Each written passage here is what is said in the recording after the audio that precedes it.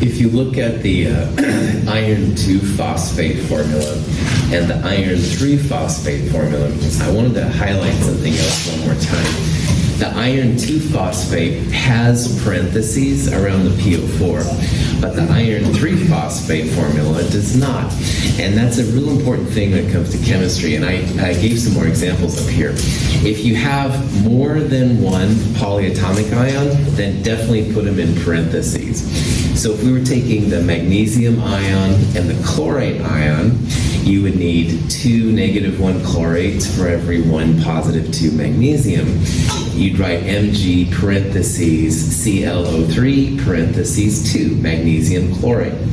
On the other hand, if you took a potassium ion, K+, and you added bromate to it, BrO3-, 1:1, you don't need, you only need 1 bromate for 1 potassium.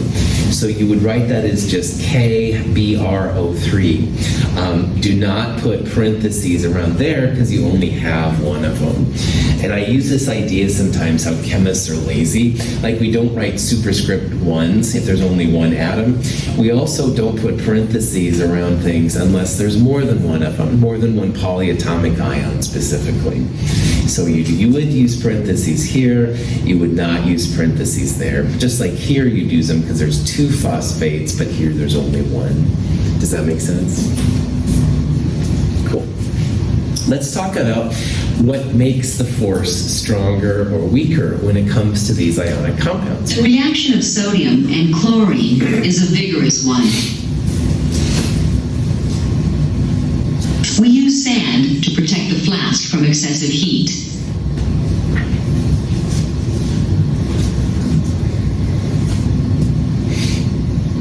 Then, we fill the flask with chlorine gas.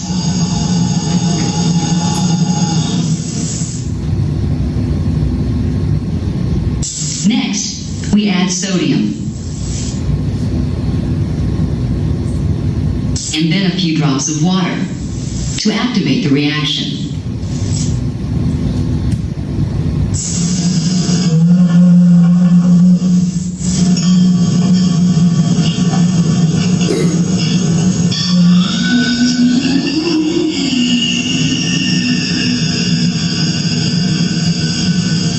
The reaction produces sodium chloride. When sodium and chlorine react, the sodium transfers an electron to the chlorine, forming oppositely charged ions.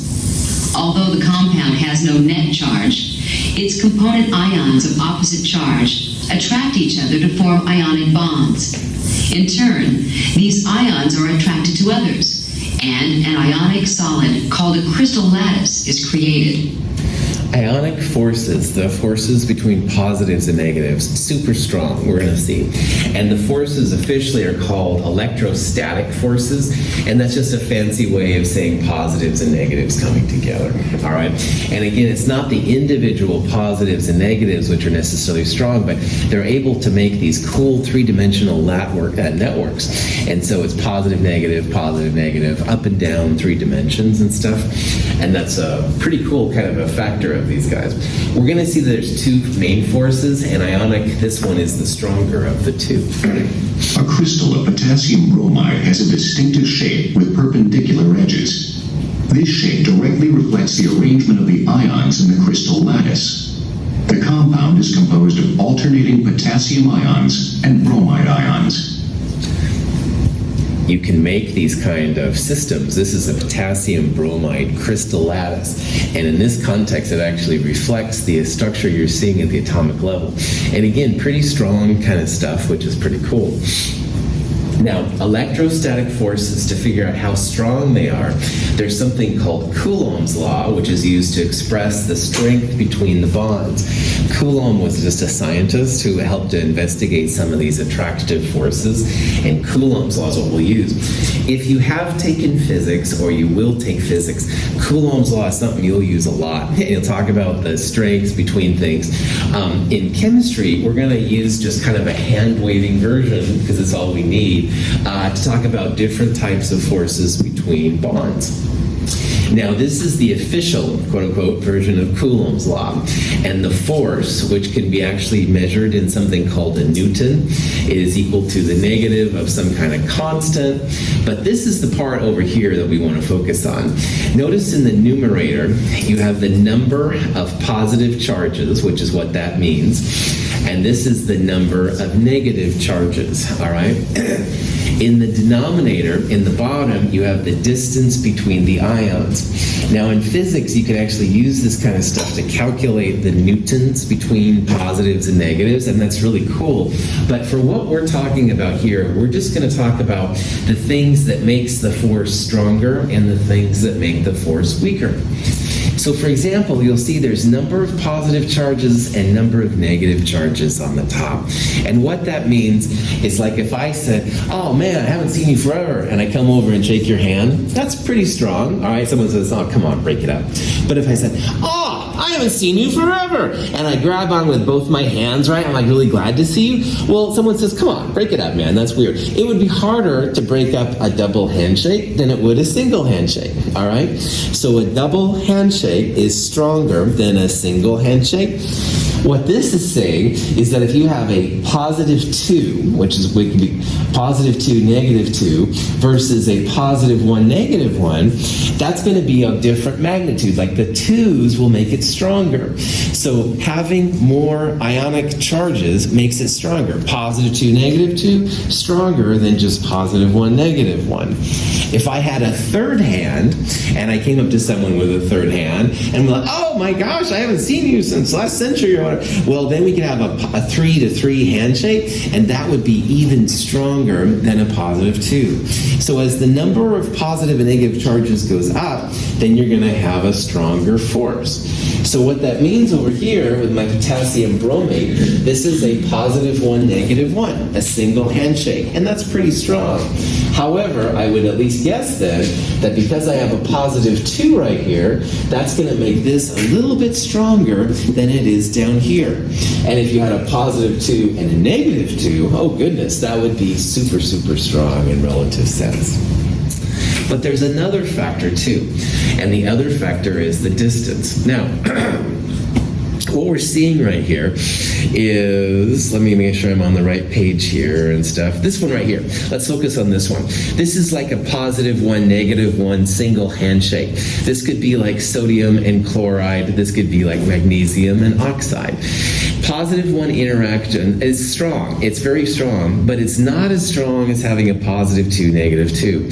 And again, the real world analogy I like to use is this, a double handshake. Oh, I haven't seen you forever. I'm so excited. All right. That's a stronger interaction than just a positive 1, negative 1 interaction. The other part, though, we need to talk about is the distance between the ions, all right? And as the distance between them is close versus far, you do have an effect. So let's say, oh, I haven't seen you forever, and that you're leaving, they're on a boat, and they're leaving, they're like, oh no, I'm losing it, and finally it's just like pinky touch, and finally, the bond is broken altogether. I would do all this stuff with you, but COVID things are kind of bad, so I'm just kind of trying to improvise here. Sorry, my theater skills are obviously inferior.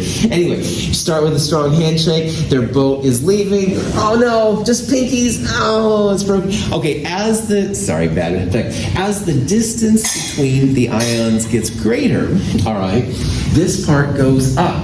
And if something in the bottom goes up, then the force goes down. That just means the attraction between those opposite charges is getting weaker as the other one gets farther and farther away. This can be important because there are some atoms that are bigger and some that are smaller. And we'll talk about that more at the end of this class. But these are the two things that make Coulomb's law strong. If you have really high charges, like positive 2, negative 2, and relatively close together, so small distance, that's going to be a pretty strong bond. On the other hand, if you have big atoms with only positive 1, negative 1, not quite as strong. So, as the ion charge increases, and that means going positive 1 to positive 2, negative 1 to negative 2, then we would say the attractive force increases. All right, it's going to make for a stronger bond. On the other hand, as the distance between the ions increases, and this is like the person on the boat, oh, I'm losing you, pinkies. Oh, that's it. As the distance increases, the attractive force decreases. It's not as strong of a bond, all right? You've got to have them somewhat close together. And we'll talk about this more in the future. So again, for Coulomb's law, in physics, you can go crazy with this. I mean, finding newtons from different charges and stuff like that. But here in this class, we mostly talk about it just in terms of positive, negative. And the more positive, negative handshakes you have, the stronger it's going to be. The other thing is the distance. As they're close, that's good. But as they get farther and farther out, those charges get a little bit weaker. They don't hold on to each other as well. Questions? When I say the strength of bonds, one way I can express strength in chemistry is through melting points, because a melting point is when the solid turns into a liquid and you're breaking some of these charges.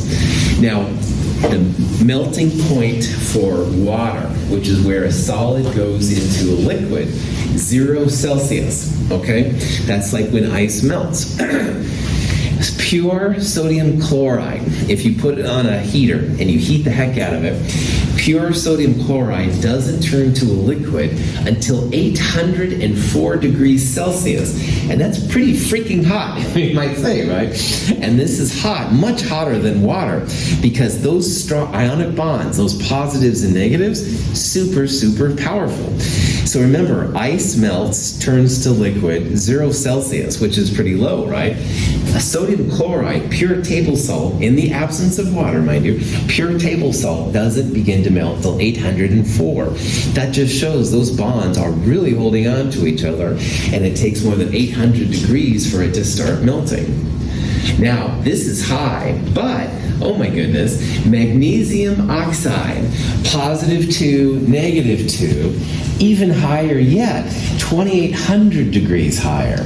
That's because magnesium oxide, you've got a +2 magnesium holding on to a -2 oxygen, double handshakes. Sodium chloride, single handshakes, also very strong, much higher than water. But man, when it comes to +2, -2, even stronger yet. Question? Now, ionic bonds is one form of glue. Coulomb's law, electrostatics. Those are one form of glue that holds molecules together. But there's another part, another type of glue that holds molecules together. And those molecules are called covalent compounds. These are compounds without ions. So in this section, we're not going to be talking about the positive and negative charges, not going to be talking so much about Coulomb's law. These are all, mostly anyway, nonmetals interacting with other nonmetals. And what happens here is that instead of having a positive ion and a negative ion, or an ion with lots of electrons versus an ion missing a few electrons, all the electrons here are shared, all right? It's like a sharing system, more or less. So nitrogen dioxide, carbon dioxide, methane, which is CH4, boron trichloride, these are all examples of covalent bonds. So we would predict that all of these would have melting points much less than the sodium chloride, magnesium oxide we just looked through. And you might be thinking at first, oh, covalent bonds, lame, all right? You know, ionic bonds, woohoo, strong and stuff. However, life needs molecules that can be broken down and reassembled quickly, all right? And if you have all ionic bonds with super high melting points, it's going to take a lot of energy to make anything happen. So life really functions around covalent molecule interactions. They're weaker, but that can be a good thing, man, which is kind of wild. So life needs covalent molecules. They also need ionic ones too for different reasons, but most of the processes that we're using here as we live in this room are basically around covalent molecules. Notice that all of these examples involve nonmetals. Most of covalent bonds will be involving nonmetals plus nonmetals. Not all of them, but most of them. All right, naming these pretty easy, all right? But the first thing you have to do is you have to recognize what it is. Remember that ionic compounds are always metals plus nonmetals, all right? Or polyatomic ions maybe or something like that, but something positive, something negative. All of these guys are just nonmetals. And one thing we use on these that we didn't use on the last one is we use Greek prefixes to tell what they are. So notice here, nitrogen dioxide is 1 nitrogen and 2 oxygens. Now, the second atom listed is actually pretty important in these. That's telling the chemist, and we'll talk about this more later, that oxygen is a little bit more negative than the nitrogen. So the ordering of the molecules, really important in these. Yeah. So I see that the CH4 is methane. Mm-hmm. Why is it not like chlorine, tetrahydride? Chlorine. Because it's an ionic one. Yes. Yeah. You could call this. You could call this like a carbon tetrahydride, if that's what. Yeah. Okay. That's okay. That's all right. Yeah. That's another name for this. This is an example of what's called an alkane, and that's a type of organic chemistry compound. We're going to look at these kind more in Chem 222, but this actually represents a whole nother type of naming system and stuff that we'll talk about. But here's my thing. On a quiz or exam that I gave you, instead of calling this methane, if you called this carbon tetrahydride, I'd give you credit for it. All right? But it is a whole different kind and stuff, and we'll talk about that more later. Good question. Prof hat off. I try to introduce things as a teacher once in a while to you, and just in the back of your mind, you'll be like, Then later on, you'll see it like, Was there something? Anyway, it's kind of my cheesy teaching thing. So ask questions like that. That's a really good question, man. Prof hat back on. All right. So, carbon dioxide, everybody calls it CO2. No one calls it O2C. And that's really important. It's always carbon dioxide, not dioxygen carbide. And we'll talk about why that is later. But for right now, just realize the ordering is important. So, CO2 would be 1 carbon and 2 oxygens. Di is the Greek prefix for 2. And again, the second atom listed is turned into IDE. So carbon dioxide, nitrogen dioxide. And this one would be boron trichloride. This one I said you could call carbon tetra, which is the Greek prefix for 4. Tetrahydride, all right? That would be fine. Its official name is methane, but we'll talk about that kind more in a future lecture. Greek prefixes are ones and stuff like that you may or may not have heard before, but they're pretty chill. Mono, di, tri, tetra, penta, hexa, hepta, octa, nona, deca. 2 is di. It's not bi. Bi is sometimes used for 2 as well, but in these you want to make sure you use that. I like this one. Contains dihydrogen monoxide. Water's official name, dihydrogen monoxide, so sometimes you'll see it listed. It's a warning, but it's just water. So we'll talk more about the dangers of DHMO later. Okay. Oh, this one was in top of that. Sorry about that. Well, anyway, it says give the name for N2O4. All right. The first element listed, you don't put a Greek prefix in front of it unless there's more than one. So N2 would be a dinitrogen, and 4 right there is tetra, so it would be tetraoxide, all right, not quadroxide or something. And anyway, the answer is dinitrogen tetraoxide. Sorry about my silly picture there. I forgot to put it towards the back, so bad instructor. All right.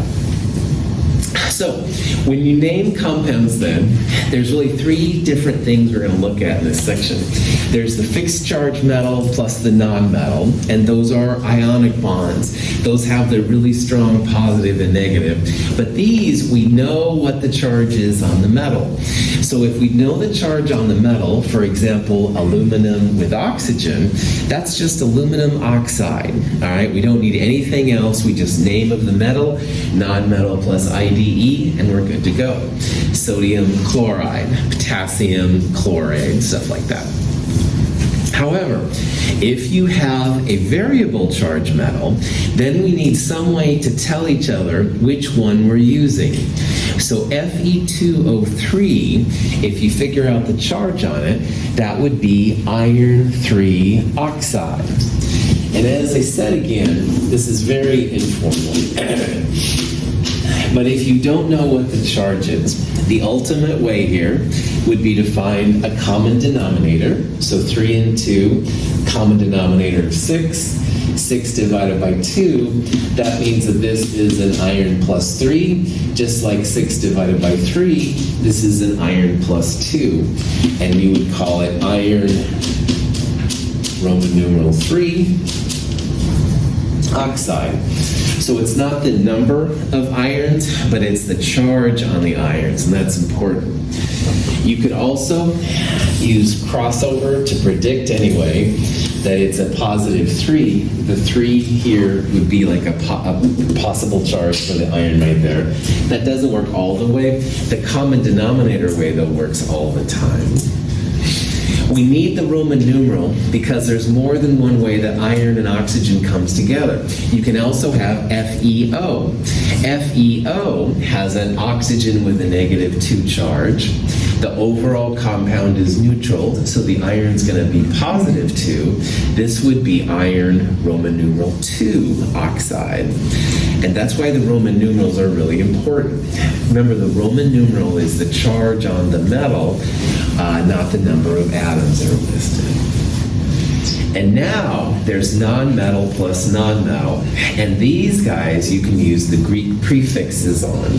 So P2O3, diphosphorus trioxide. Second one gets IDE in all of these, you can see. Notice we're only using di, tri, tetra on the non-metals. You wouldn't call this di-iron trioxide. That would be bad form. It would be like saying, I ain't knowing what you're doing. Like, I know what you're saying, but really ain't isn't a good word to use in the English language. So I'm going to try and keep you on the proper form here. The Greek prefixes only for non-metals, just like Roman numerals are only used for variable charge metals. And this is cool because we can then separate P2O3, diphosphorus trioxide, from things like P2O5, diphosphorus pentaoxide, etc., etc.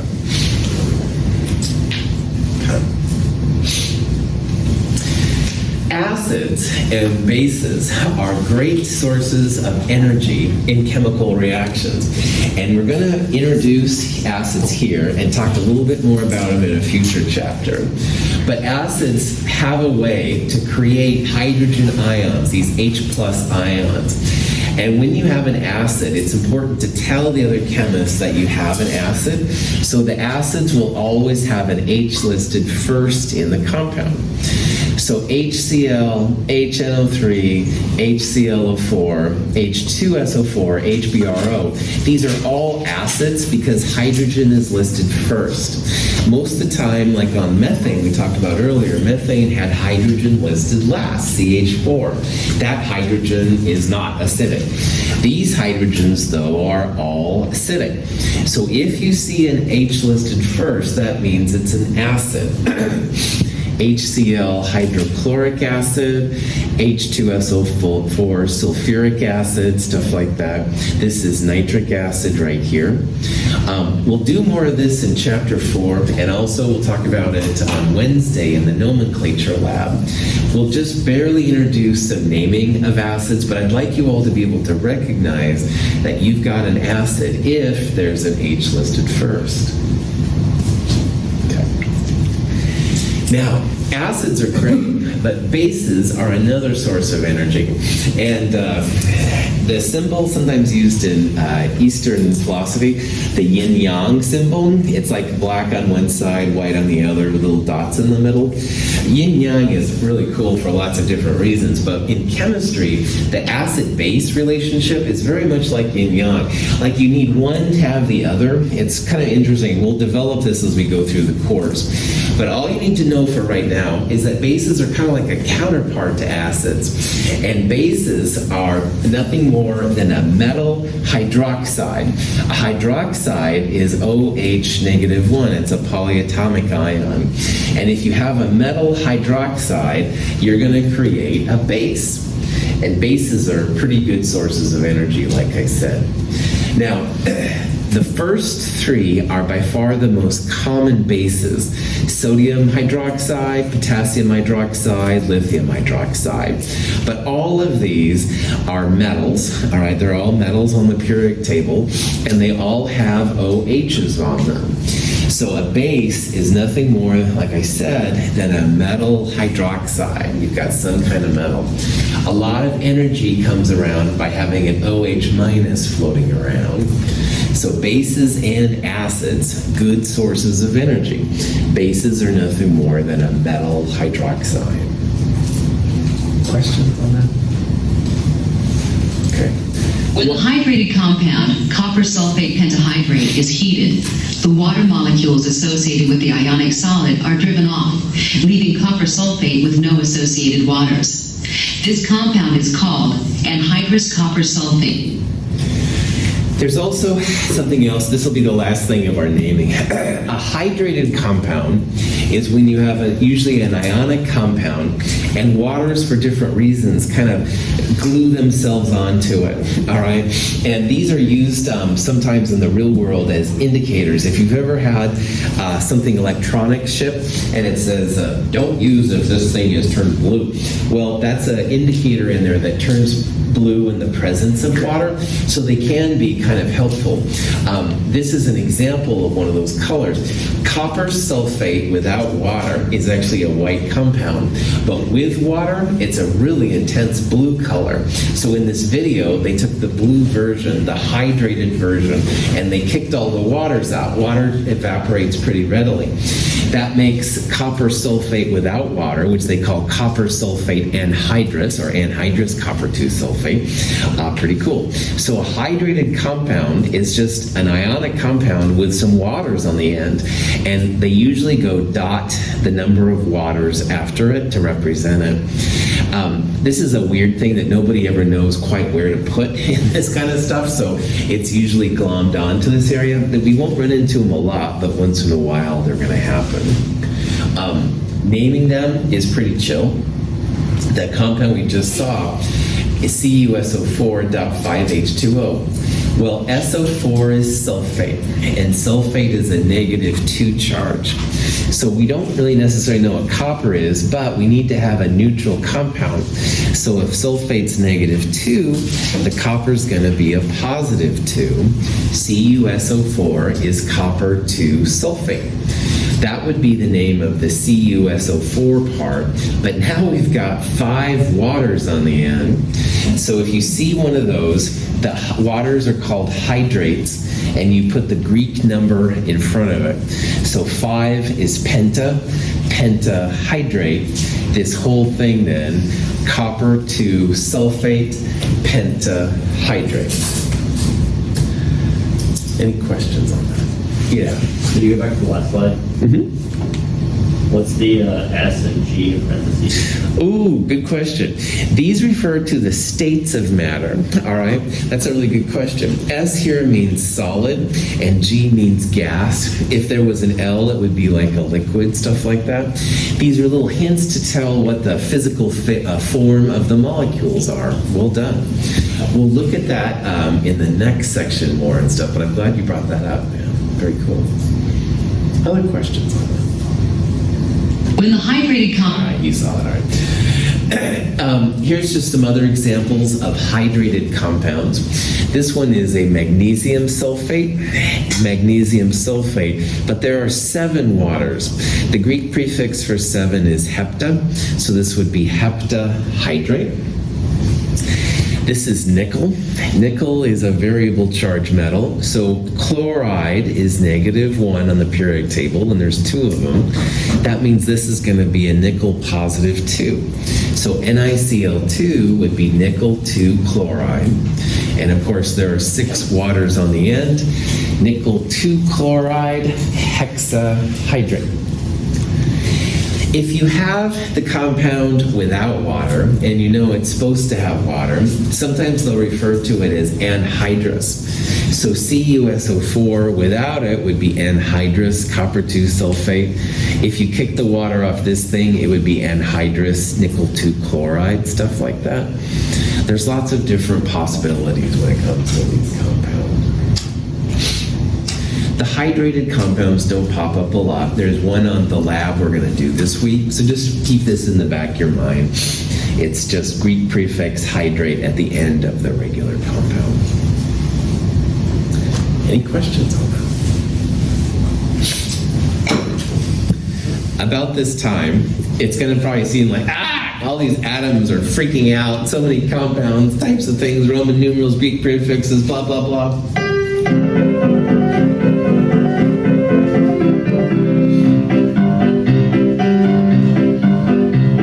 There's antimony, arsenic, aluminum, selenium, and hydrogen, and oxygen, and nitrogen, and rhenium, and nickel, neodymium, neptunium, germanium, and iron, and americium, ruthenium, uranium, europium, zirconium, lutetium, vanadium, and lanthanum, and osmium, and astatine, and radium, and gold, protactinium, and indium, and gallium, and iodine, and thorium, and thulium, and thallium. There's yttrium, ytterbium, actinium, rubidium, and boron, gadolinium, niobium, iridium, and strontium, and silicon, and silver, and samarium, and bismuth, chromium, lithium, beryllium, and barium.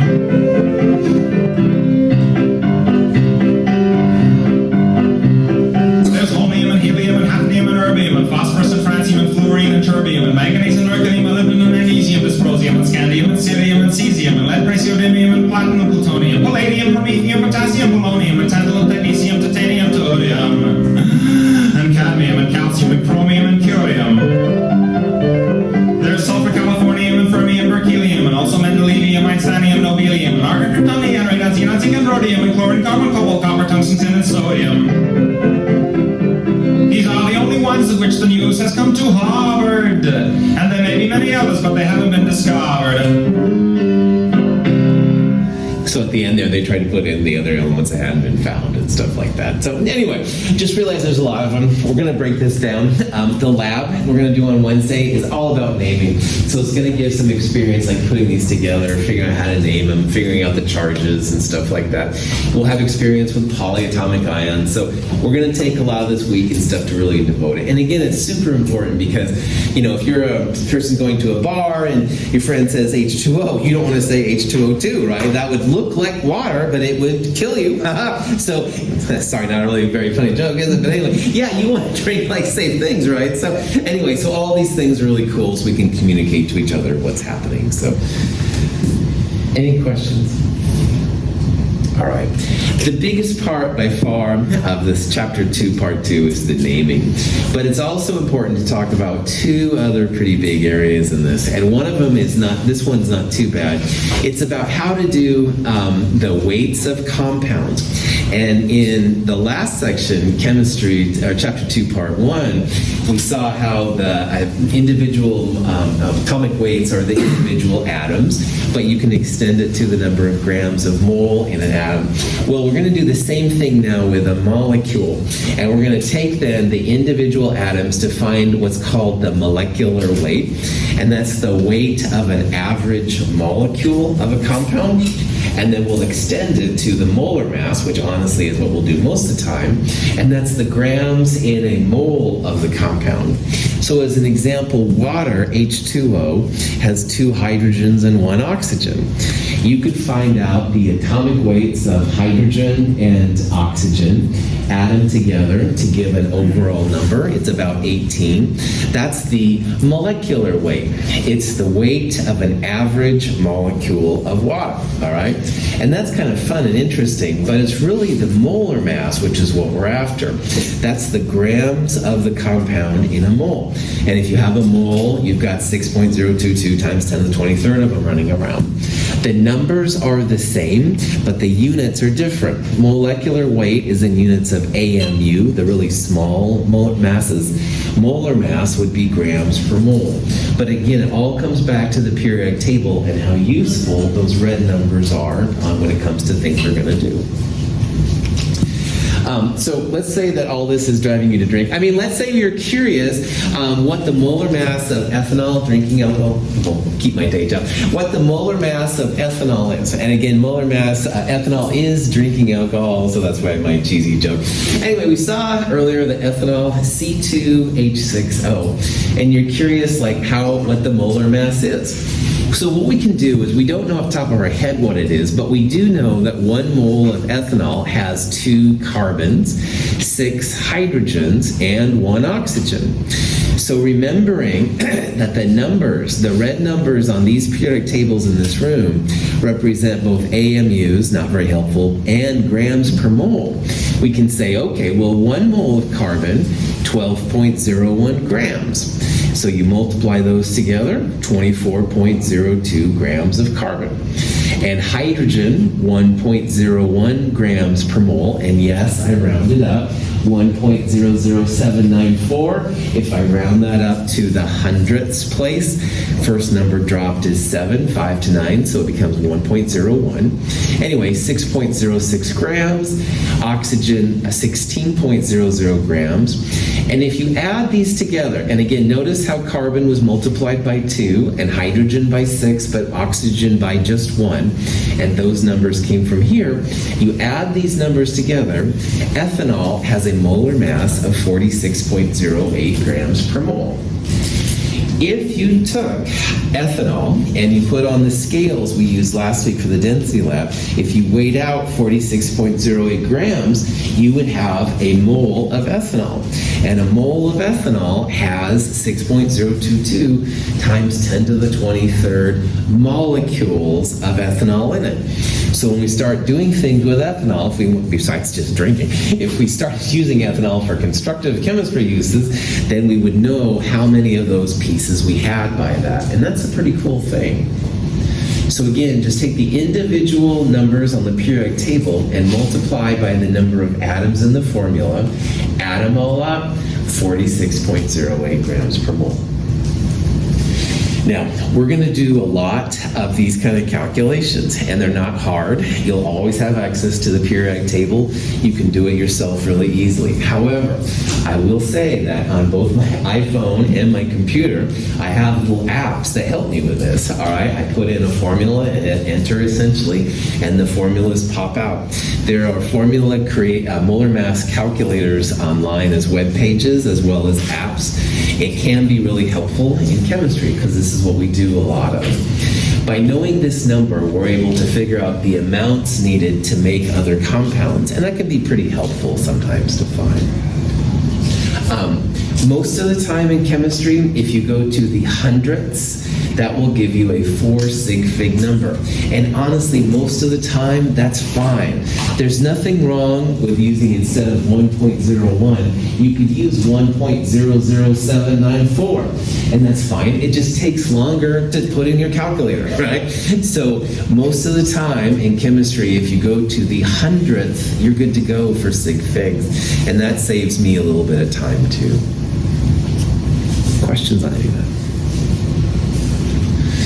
Tylenol? Need some Tylenol after hearing all this? No, just anyway. Formula for Tylenol, this crazy thing right here, C8H9NO2. The molar mass then would come from 8 carbons at about 12 grams per mole each, plus 9 hydrogens, about 1 gram per mole each, plus a nitrogen, 14 grams per mole, plus 2 oxygens at 16 grams per mole.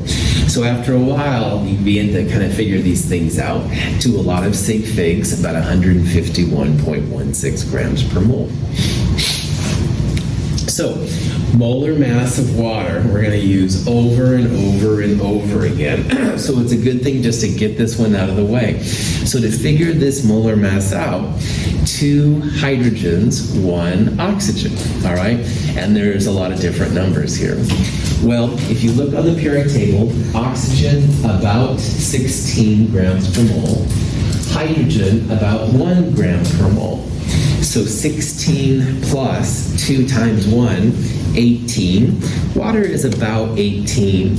And if you look at these numbers on here, obviously the first one is the number you want to use, 18.02. Now, you can go out further in sig figs. It's 18.015 to 5 sig figs, and you can go out further than that. But again, most of the time, if you've got it to the hundredths to 0.01, you're good to go in chemistry. Questions? These are all 1 mole amounts, but now of compounds. All right, so we saw a picture like this of the elements. These are 1 mole of compounds. The density of water is about 1 gram per milliliter. So if you have 18.02 milliliters of water, that would be 18.02 grams roughly. That would be 1 mole. This is a mole of iron 3 oxide, 159.7 grams. All right, copper 2 chloride dihydrate, aspirin, stuff like that. Kind of interesting to see. And again, their density does make a difference into how much volume these things takes up, stuff like that. They find molar mass values through the mass spectrometer we talked about briefly in the last section. And in a mass spectrometer, you basically take a sample and you ionize it. You usually make them little positive ones, and by varying the amount of the magnet, there's more or less curve. And this is where the detector is. So you can imagine the detector curve is increasing and stuff like that. But anyway, this is the molar mass spectrum for an atom of neon we saw, and that's what led to the isotopes. For a compound, it's similar, but there's usually more peaks because you have more atoms.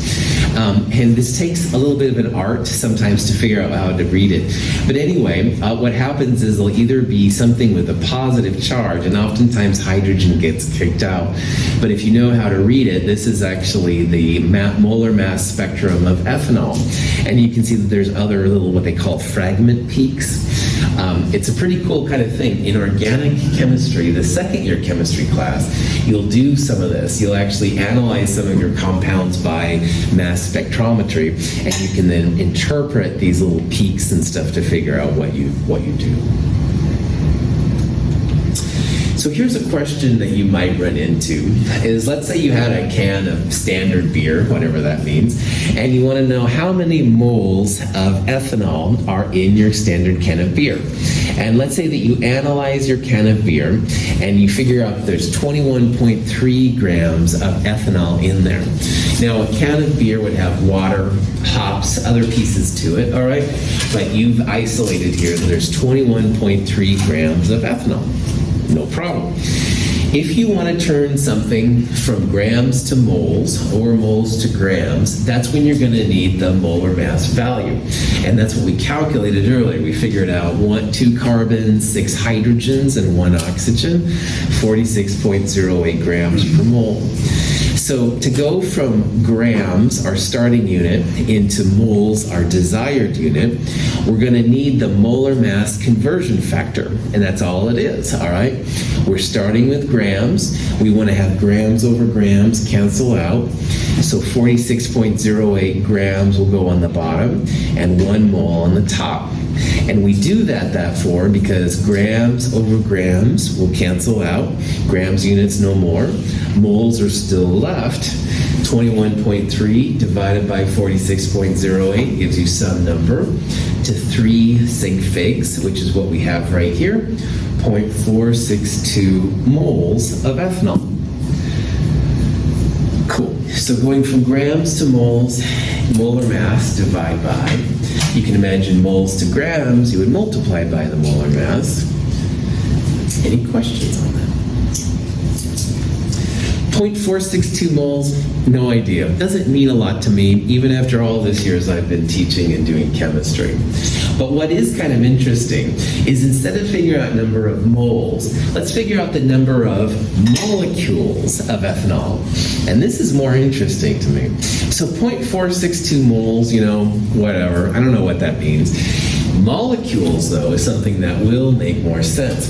And remember to go from moles to molecules, just like we went moles to grams, we're going to use Avogadro's number, 6.022 times 10 to the 23rd. There's 6.022 times 10 to the 23rd atoms in a mole of atoms. In this context, it's 6.022 times 10 to the 23rd molecules in a mole. So in this case, we're going to take our moles and multiply by Avogadro's. This number is always per mole. So in this case, it's molecules per mole. That's good. Moles over moles will cancel out. We've got just molecules left over to 3 sig figs. 2.78 times 10 to the 23rd molecules. Now, Profeta, I have no idea how your feelings are on alcohol, and if you're offended by this, then just shut me out for a little bit. But let's say that you are a person that likes beer. 1 beer sometimes is pretty easy. 2 beers, easy sometimes too. It's hard to say. But anyway, I'm going to say, just say no, kids, all right? This is the amount of just ethanol in 1 beer, all right? That doesn't include the water. It doesn't include the hops and stuff like that. And if you do multiple beers or whatever, I'm not saying, again, just say no, kids, but all right, man, the number of molecules that we consume, astronomical, literally. It's just amazing. 10 to the 9th is a billion. A billion would be twice that, 10 to the 18th. This is more than a billion molecules of just the ethanol, all right? This doesn't include the water and all that kind of stuff, so I hope you appreciate, if nothing else out of this class, that, man, you know, you take 1 drink of apple juice and you're consuming just a gazillion different molecules of different things. They're so small and so many, and it's what our systems are used to, so it's normal, but whoa, prop that back on. Any questions? All right, good, probably. Anyway, you can go on from there. Each ethanol molecule has 2 carbon atoms, it has 6 hydrogen atoms, and 1 oxygen atoms. So let's go on even further. These are the molecules of ethanol. How many atoms of just carbon? All right. Well, if 1 molecule of ethanol has 2 atoms of carbon, you can then take the number we calculated earlier, multiply it by 2, and goodness gracious, we have 5.56 times 10 to the 23rd carbon atoms. Now, this is just the carbon in the ethanol in the beer. And there might be carbon in the hops or something like that. We're not including that either. This is just the carbon from the ethanol in a can of beer. There's a total of 9 atoms altogether. Like 6 hydrogens plus 2 carbons plus 1 oxygen would be 9 atoms. If you take the same number and multiply by 9, you get 2.50 times 10 to the 24th atoms in that 21.3 grams of ethanol. So again, 1 beer, and you're taking just that little bit of ethanol out of it, and that little bit of ethanol has just an amazing number of atoms inside it, man.